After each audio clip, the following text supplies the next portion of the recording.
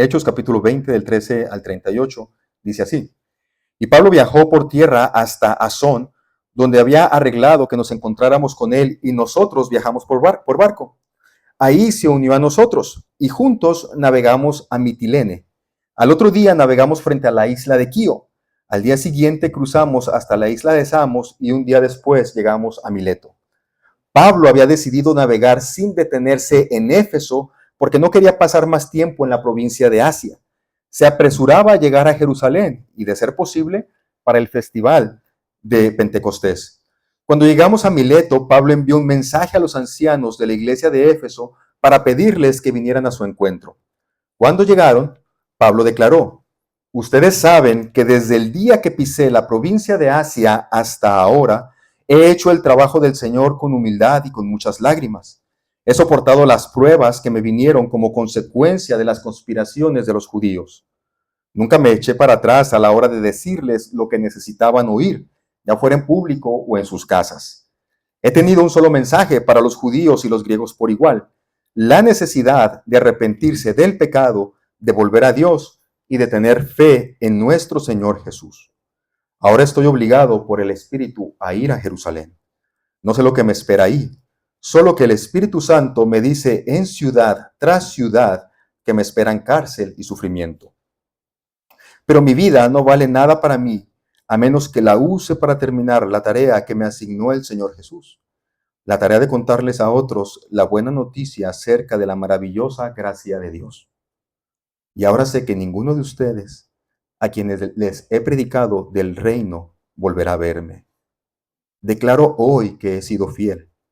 Si alguien sufre la muerte eterna, no será mi culpa, porque no me eché para atrás a la hora de declarar todo lo que Dios quiere que ustedes sepan. Entonces, cuídense a sí mismos y cuiden al pueblo de Dios. Alimenten y pastoreen al rebaño de Dios, su iglesia, comprada con su propia sangre, sobre quien el Espíritu Santo los ha designado líderes. Sé que después de mi salida vendrán en medio de ustedes falsos maestros como lobos rapaces y no perdonarán al rebaño. Incluso algunos hombres de su propio grupo se levantarán y distorsionarán la verdad para poder juntar seguidores. Cuidado. Recuerden los 3 años que pasé con ustedes. De día y de noche mi constante atención y cuidado, así como mis muchas lágrimas por cada uno de ustedes. Y ahora los encomiendo a Dios y al mensaje de su gracia, que tiene poder para edificarlos y darles una herencia junto con todos los que Él ha consagrado para sí mismo. Yo nunca he codiciado la plata, ni el oro, ni la ropa de nadie. Ustedes saben que mis 2 manos han trabajado para satisfacer mis propias necesidades e incluso las necesidades de los que estuvieron conmigo. Y he sido un ejemplo constante de cómo pueden ayudar con trabajo y esfuerzo a los que están en necesidad. Deben recordar las palabras del Señor Jesús: hay más bendición en dar que en recibir. Cuando Pablo terminó de hablar, se arrodilló y oró con ellos. Todos lloraban mientras lo abrazaban y le daban besos de despedida. Estaban tristes principalmente porque les había dicho que nunca más volverían a verlo, y luego lo acompañaron hasta el barco. Si ustedes han estado con nosotros desde que Dios nos permitió, por su gracia, iniciar esta iglesia con cultos, el domingo 12 de enero del año 2025, hace un año aproximadamente, recordarán que ya prediqué este pasaje, ¿verdad? Quiero creer que se acuerdan. Quiero creer que se acuerdan que yo prediqué este pasaje anteriormente, ¿verdad? Fue la primera predicación que tuvimos como iglesia. Pero no voy a repetir lo mismo. No creo que voy a repetir lo mismo. Lo dejé de alguna manera. Dije, voy a volver a predicar el mismo pasaje, pero le voy a dar un enfoque distinto. Y les decía esto, hermanos, se los advierto, porque, bueno, en alguna ocasión yo estuve en algunas conferencias ahí de predicación, fueron algunos pastores a predicarnos, bueno, a enseñarnos sobre acerca de la predicación, como la cuestión de la hermenéutica, la homilética y algunos consejos.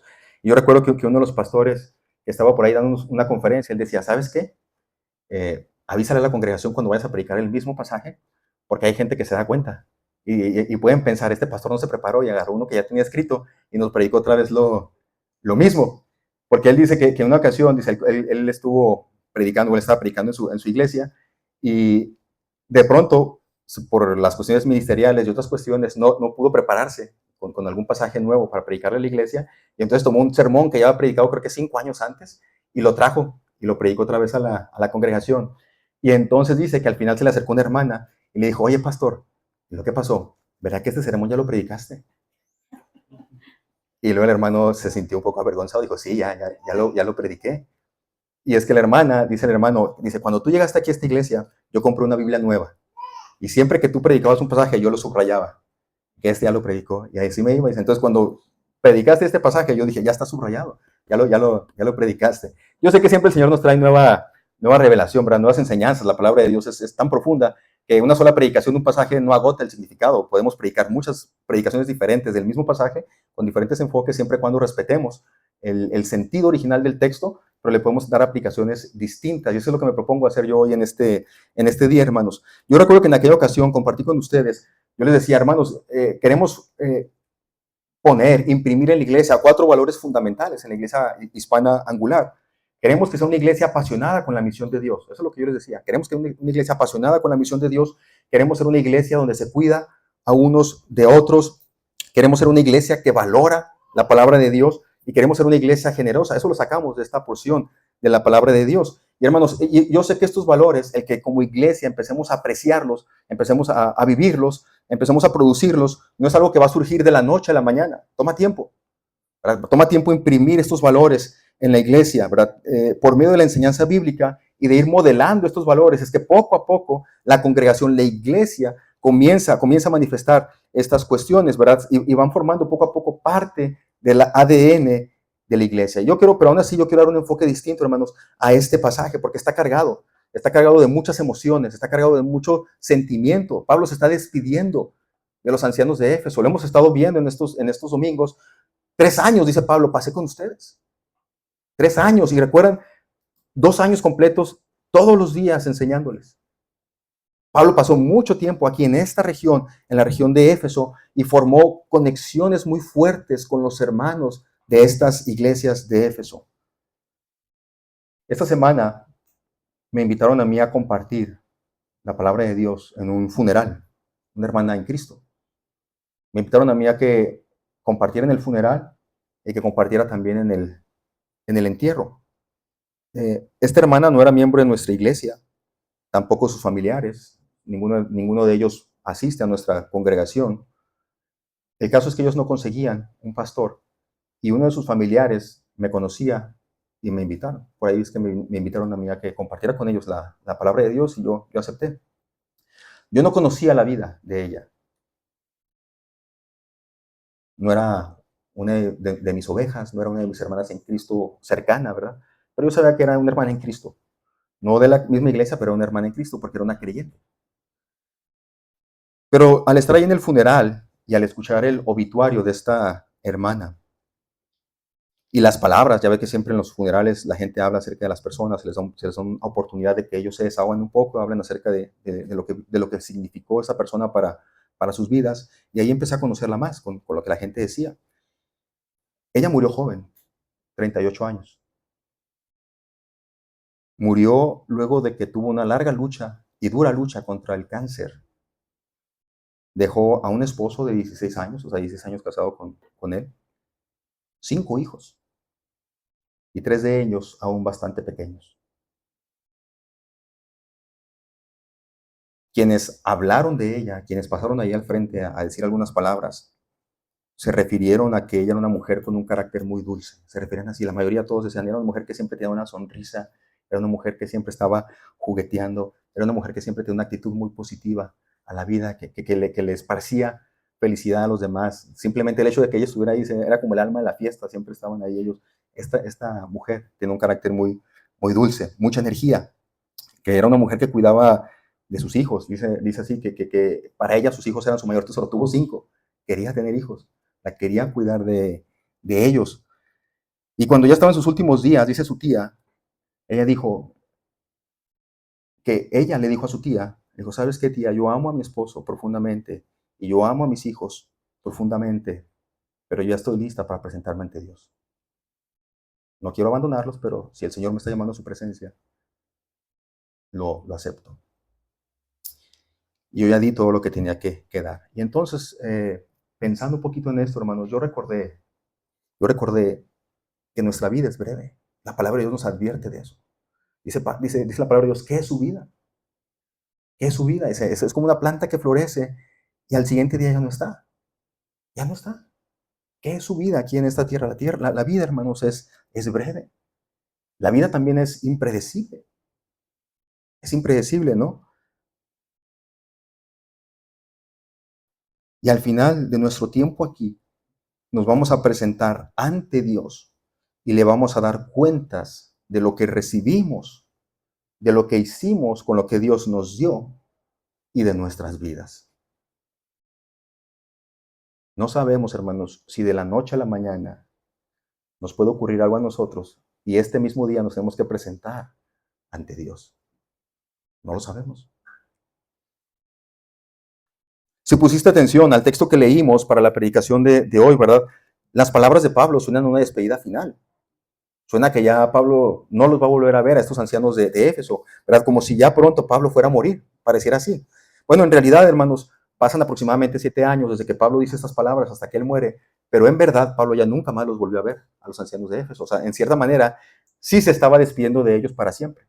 Ya no los iba a volver a ver. Pablo mismo dice, ¿verdad? Yo no sé lo que me espera en Jerusalén, pero sí sabe que ya no va a poder volver a ver a los ancianos, a los pastores de Éfeso. Hermanos, y esta despedida estuvo cargada de una mezcla de emociones, ¿no? Duelo, tristeza, nostalgia, pero también de esperanza y gozo por saber que se hizo aquello por lo cual fue llamado por Dios a hacer. Entonces, en este pasaje encontramos eso, ¿no? Por un lado, dolor, tristeza por la partida, pero por otro lado, Pablo diciendo, pero saben que yo nunca me eché para atrás a la hora de decirle lo que tienen que escuchar. O sea, que mi mente está tranquila, mi conciencia está tranquila porque hice lo que tenía que hacer. Entonces, por un lado hay dolor por la separación, pero por otro lado hay satisfacción de que se cumplió el propósito por el cual fue llamado por Dios. Vemos eso en este pasaje. Así que, hermanos, de este texto podemos extraer 3 principios para terminar la carrera con gozo. Terminar la carrera con gozo. Yo quiero que te preguntes esto mientras yo estoy compartiendo contigo esta predicación. Yo creo que te preguntes esto. ¿Qué va a decir la gente de ti cuando tú mueras? ¿Va a decir que tuviste un carácter dulce o que fuiste gruñón? ¿Qué va a decir la gente? ¿Que veían en ti a Cristo? ¿Cómo te van a recordar? Si hoy te dijeran que te queda una semana de vida, ¿estás satisfecho con lo que hasta ahorita has logrado? Si hoy fuera tu último día en esta tierra, ¿estás listo para presentarte ante Dios? Pregúntate estas cosas. Yo sé que en nuestro mundo siempre nos llenamos de tantas actividades que preferimos dejar estas cosas para otro momento. Pero ahorita estás aquí, tienes que pensar en ello. ¿Cómo podemos terminar la carrera con gozo? ¿Qué nos enseña la palabra de Dios en este pasaje? En primer lugar, hermanos, vive con propósito. Vive con un propósito en tu vida. Dice Pablo en el versículo 24, pero mi vida, dice, no vale nada para mí a menos que la use para terminar la tarea que me asignó el Señor Jesús.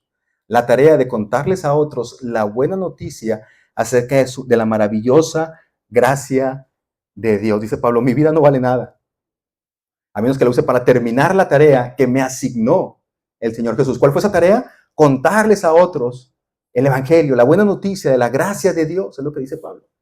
Eso es el Evangelio, la buena noticia acerca de la maravillosa gracia de Dios. Y Pablo dice, esta fue la tarea que me encomendó a mí el Señor Jesús y lo estoy cumpliendo.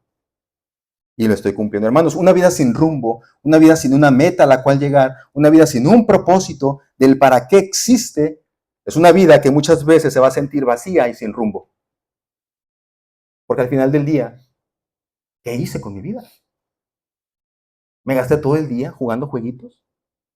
No lo estoy diciendo por ustedes jóvenes. Estoy dando como un ejemplo nada más. ¿Qué hice con mi vida? Cuando hay un propósito, cuando hay una meta, se establecen pasos a seguir para alcanzar ese propósito. Si tú sabes para qué rumbo va tu vida, tú estableces un camino para llegar a ese rumbo, a esa meta.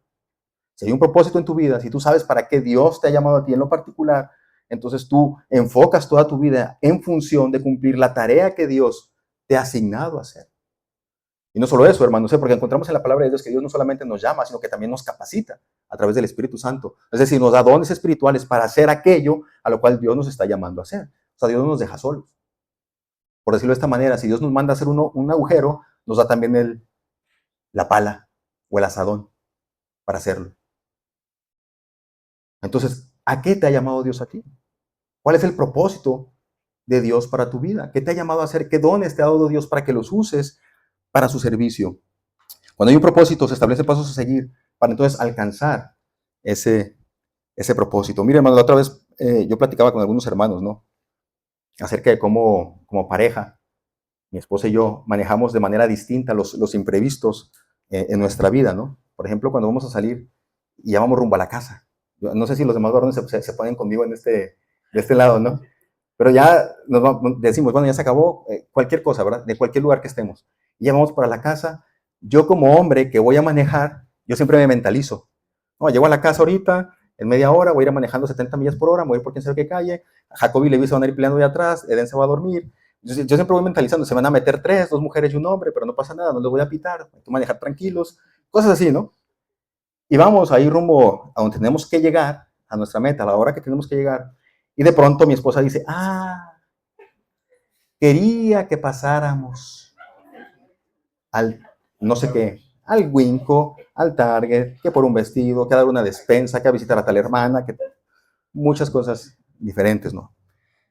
Y entonces, hermanos, eso a mí me mueve los planes, porque yo en mi mente ya había dicho, ya voy a llegar a 3 horas, ya hasta me voy en el sillón dormido, no, ahí viendo el partido más tarde, y todo el asunto. Y entonces eso a veces genera cortocircuito, ¿verdad? Cortocircuito, porque manejamos de manera diferente los imprevistos. Bueno, hermanos, eso me sucedía más al inicio del matrimonio, ¿verdad? Y ahorita poco a poco ella aprendió que tiene que decirme las cosas antes, entonces es mejor. Y yo también aprendí que tengo que ser más flexible. Los dos hemos aprendido allá en nuestra relación matrimonial. Pero al final de cuentas, vamos a llegar a la casa.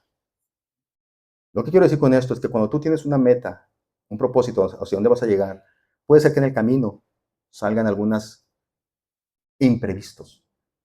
Pero si tú sabes hacia dónde vas a llegar, al final de cuentas, llegas porque llegas. Llegas porque llegas. A lo mejor llegas más tarde, pero vas a llegar. Pero tú ya sabes a dónde vas a llegar. Yo creo que escuches la palabra de Pablo, ¿verdad? Las palabras de Pablo aquí. Él dice, mi vida no vale nada a menos que la use para terminar la tarea que me asignó el Señor Jesús. Pablo tenía un propósito, terminar la tarea.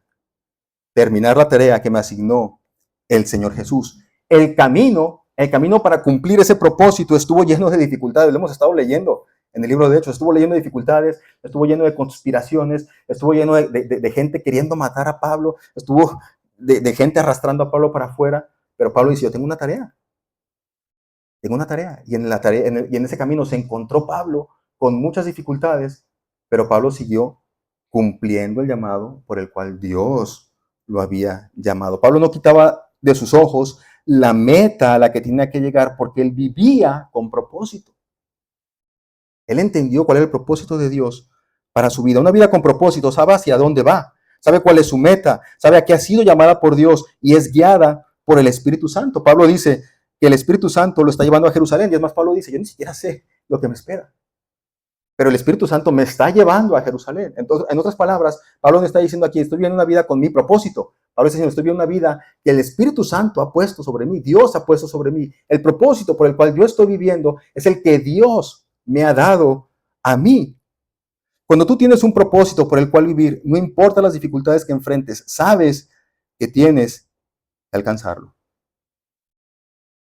Y como pastores he asistido a algunas conferencias en las que siempre se nos ha recordado que tenemos que estar convencidos, en nuestro caso, de nuestro llamado pastoral. Nos dice, sea lo que sea, siempre tienes que estar convencido de que Dios te ha llamado al ministerio pastoral. Porque van a haber momentos difíciles, van a haber momentos de dudas, van a haber problemas con la iglesia, van a haber ataques espirituales, va a parecer que no hay fruto en la vida de los hermanos, va a parecer que el ministerio no está siendo efectivo, pero en todos estos momentos la convicción de haber sido llamado por Dios, de que estás haciendo lo que tienes que hacer, te va a sostener en el ministerio. Y hermanos, es que la vida cristiana está llena de dificultades. que muchas veces nos desaniman. Tenemos poco tiempo aquí entre nosotros y de pronto yo he visto desánimo en algunos de mis hermanos y lo entiendo. Dice, no, es que quiero hacer esto, pero aquel me critica. Entonces, ¿para qué lo hago? No, ¿verdad? Es parte a veces de esta vida cristiana llena de dificultades. Pero si tú estás seguro de cuál es el propósito de Dios para tu vida, de qué es lo que Dios quiere que hagas, puedes recobrar el ánimo y volver a trabajar con eso en mente. Yo le sirvo a mi Señor, ¿verdad? A Él es, con Él es con el que tengo que quedar bien.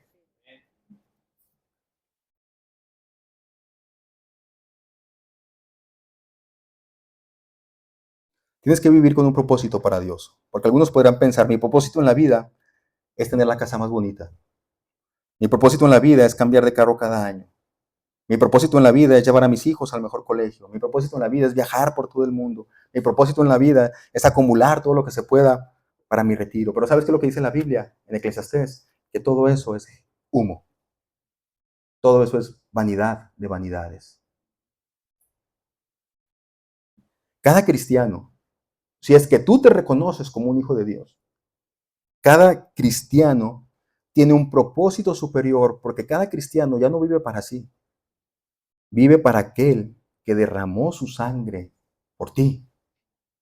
Si tú le has entregado tu vida a Cristo, ahora le perteneces y el propósito de tu vida no lo defines tú. El propósito de tu vida te lo da Dios. Entonces tú vives ahora para Dios. Déjame preguntarte, ¿cuál es el propósito de Dios para tu vida? ¿Qué has pensado de tu vida? ¿Hacia dónde va tu vida?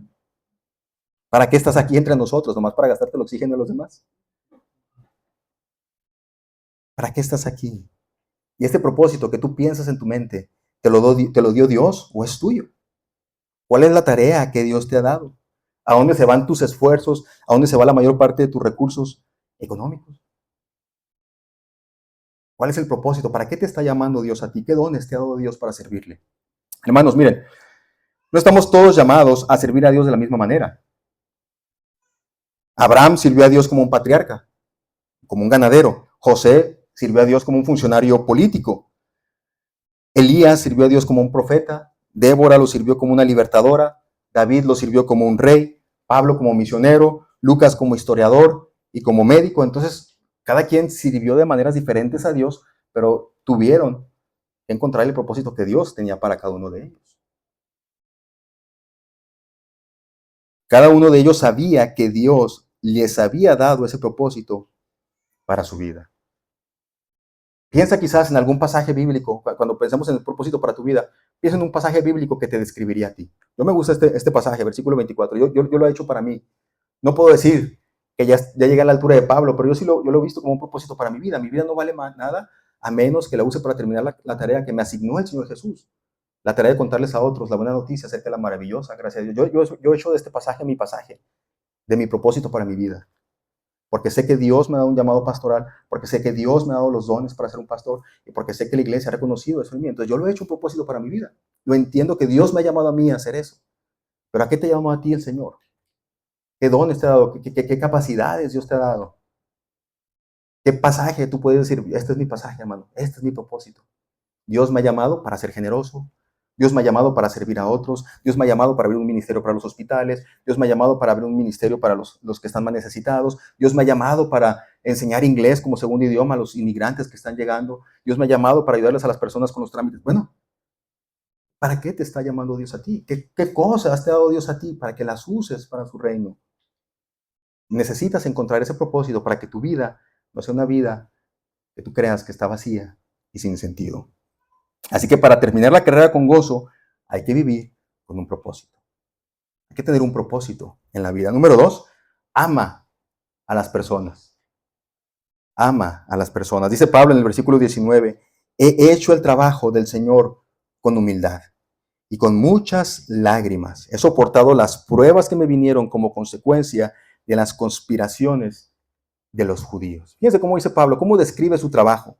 Pablo no dice, anduve por ahí entre ustedes enseñándoles todo lo que está mal de ustedes. Estuve trabajando entre ustedes, dejándoles saber qué ignorantes eran ustedes. No dice Pablo eso. Pablo dice, estuve trabajando entre ustedes con humildad y con lágrimas. Cuando tú amas a las personas, tu actitud hacia ellos va a ser una actitud humilde, con humildad. Si algo nos queda claro al leer las palabras de Pablo, es que él amaba a los que servía, pero también que ellos lo amaban. Dice la palabra de Dios al final de este pasaje, que estaban ahí todos los ancianos de Éfeso, y cuando se estaban despidiendo, y se lo abrazaron, lo besaron y lloraron. Uy, no, pero eran hombres. Hombres que lloran, pues sí. Pero lo que quiero que veamos aquí en esto es que en realidad ellos amaban profundamente a Pablo, porque Pablo les había demostrado a ellos con sus acciones que los amaba. Y como dice por ahí el refrán, amor con amor se paga. Amor con amor se paga. Él mostraba su amor por ellos al trabajar entre ellos con humildad y no como un líder que imponía su voluntad. Es más, Pablo pareciera que cada que Pablo hablaba, sus palabras sonaban más como un ruego o como una súplica que como un mandato. Esa era la manera de proceder de Pablo. Siempre invitar, rogar, suplicar a las personas, mostrarles por qué lo que él enseñaba venía de parte de Dios y por qué ellos tenían que seguirlo, obedecerlo. Porque era palabra de Dios. Pablo dice en el versículo 31, recuerden los 3 años que pasé con ustedes. De día y de noche, mi constante atención y cuidado, así como mis muchas lágrimas por cada uno de ustedes.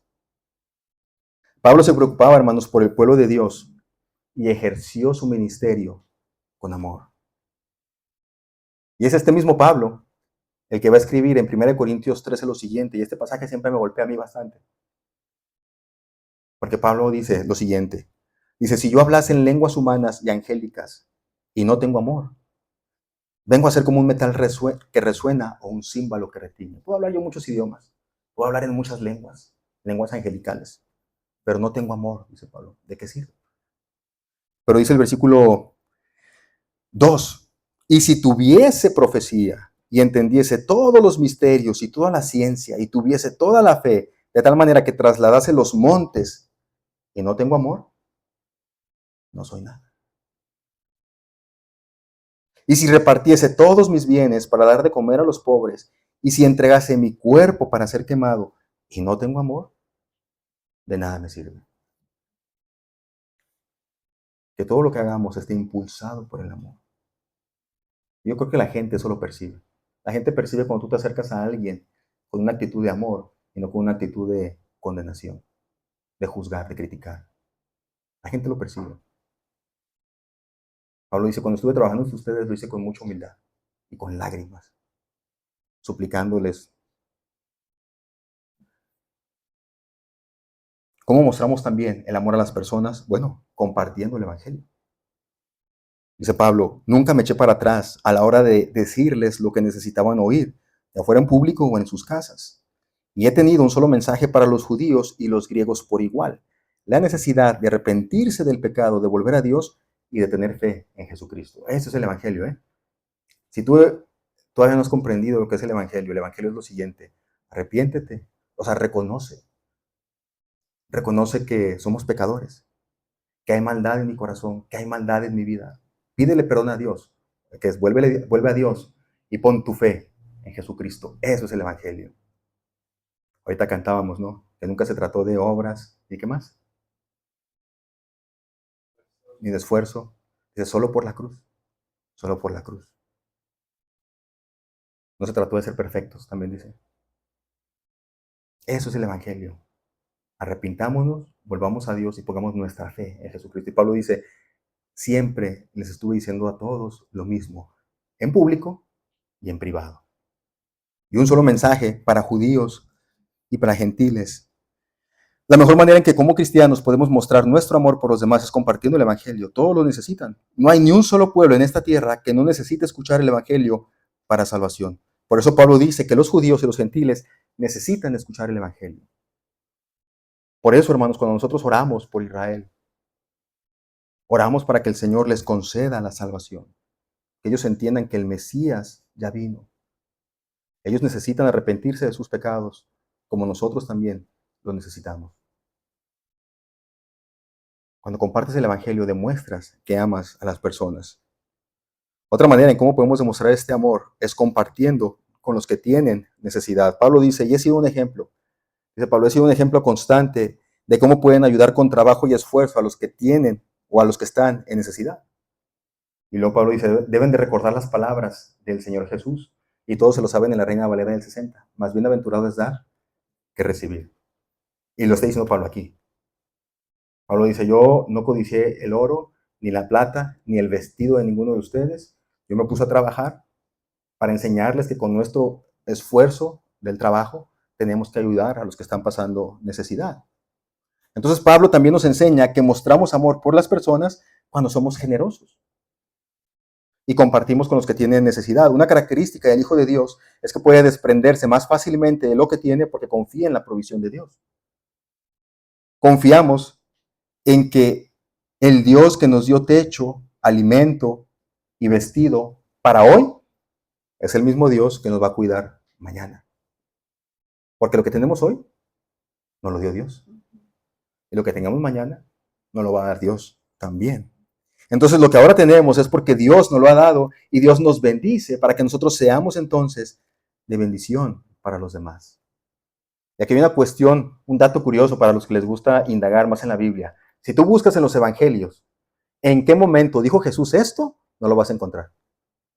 Entonces tenemos dos opciones. Una opción es que Pablo está mintiendo, porque Pablo dice las palabras del Señor Jesús.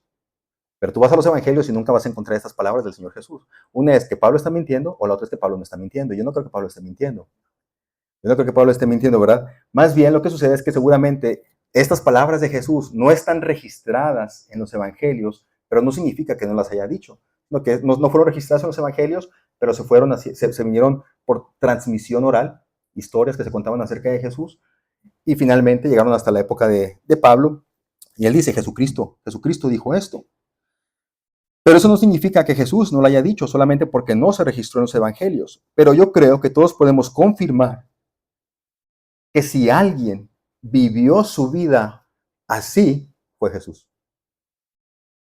Si alguien vivió su vida con este principio, más bienaventurado es dar que recibir, fue Jesús. Es el mejor ejemplo de esto.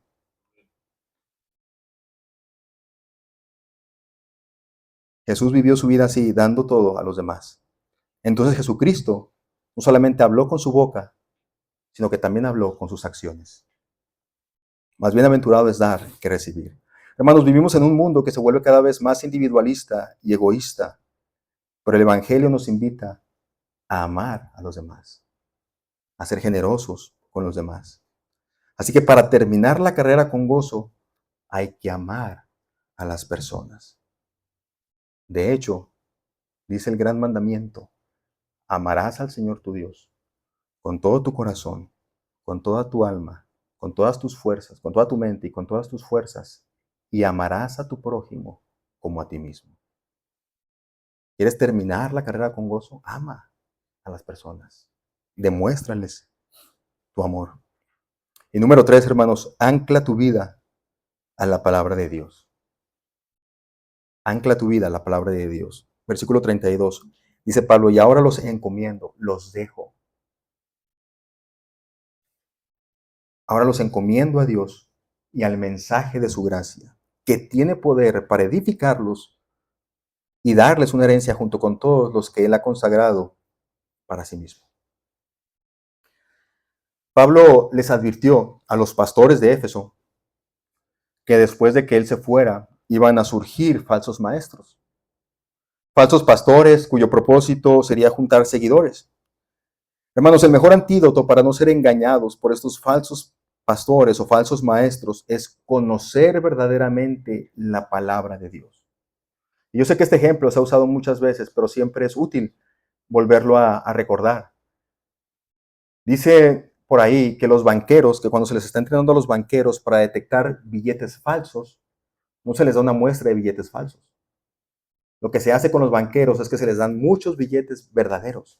Y los banqueros empiezan a contar el dinero, a sentir el papel, a oler el dinero, a ver los diseños, a aprenderse los diseños, ¿verdad? Los colores, todas estas cuestiones que tienen que ver la textura, el color, los diseños, de tal manera que cuando llega un billete falso, rápido lo detectan porque ellos conocen los verdaderos, sienten los verdaderos.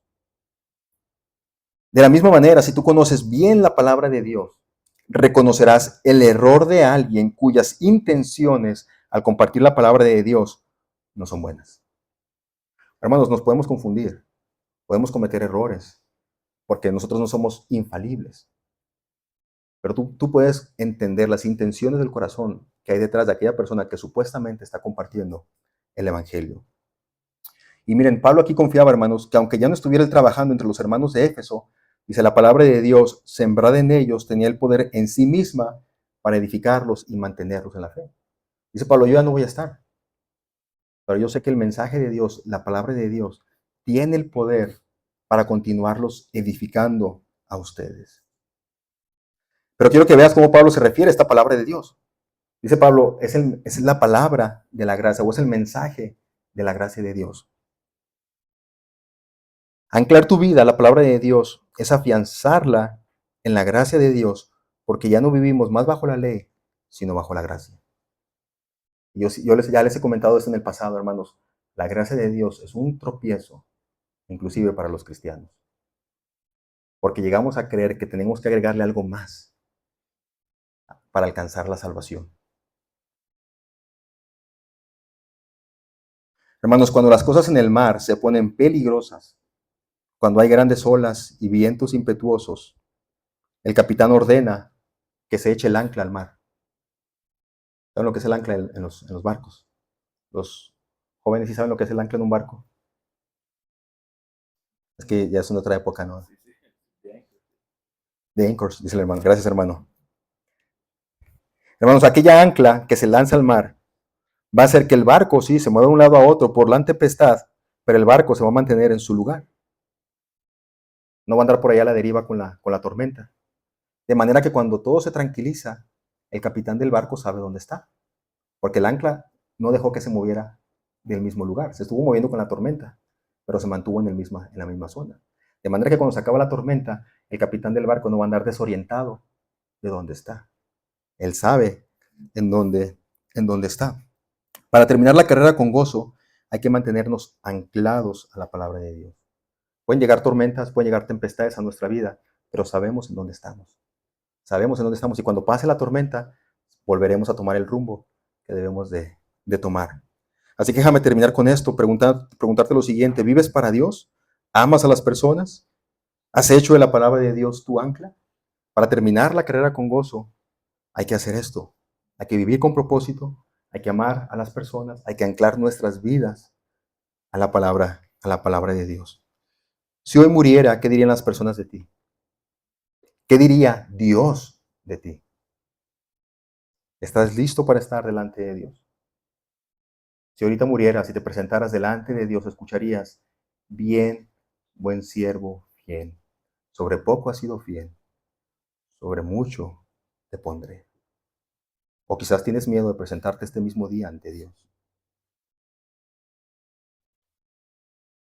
Si no es así, si tú tienes temor de presentarte ante Dios, el mensaje de la gracia es que hoy puedes pedirle perdón.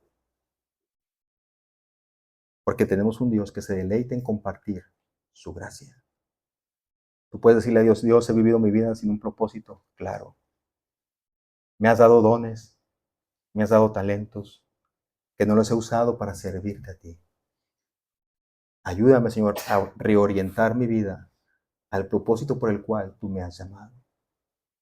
Tú puedes pedirle a Dios perdón en este momento, suplicarle a Dios que te vuelva otra vez a meter en el camino hacia el cual Él te ha llamado a ti.